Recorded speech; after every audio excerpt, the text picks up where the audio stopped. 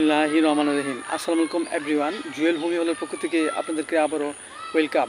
আজ একটি নতুন ভিডিও নিয়ে আলোচনা করব। ভিডিওটি হলো আরোগ্যের ওষুধ।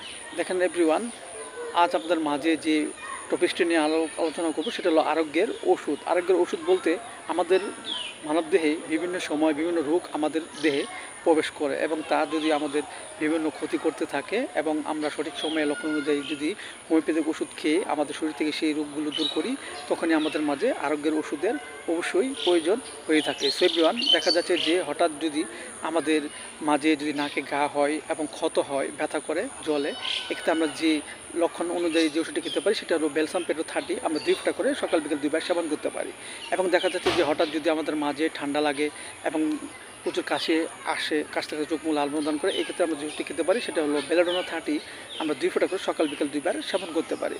এবং দেখা যাচ্ছে যে হঠাৎ যদি আমাদের মাঝে ঠান্ডা লাগার ফলে যদি জ্বর আসে এবং অস্থিরতা ভাব থাকে এবং গলা শুকিয়ে যায়, এক্ষেত্রে আমরা যে ওষুধটি খেতে পারি সেটা হলো একুনাইট 30 আমরা 2 ফোঁটা করে সকাল বিকেল 2 বার সেবন করতে পারি।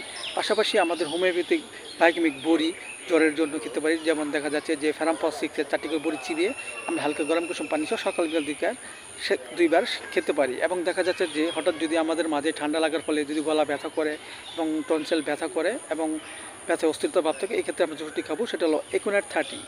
সো এভরিওয়ান, এইসব লক্ষণে আমাদের মাঝে যখন বিভিন্ন রোগ দেখা দিবে, তখন আমরা শরীর থেকে লক্ষণ অনুযায়ী যে ওষুধগুলো খাবো এবং তা দূর হয়ে যাবে, তখনই আমাদের মাঝে আরোগ্য ওষুধের প্রয়োজন হবে। সো এভরিওয়ান, ভিডিওটি ভালো লাগলে অবশ্যই আপনারা লাইক দিবেন এবং সাবস্ক্রাইব করবেন। সবাই ভালো থাকেন, সুস্থ থাকেন। Thank you so much.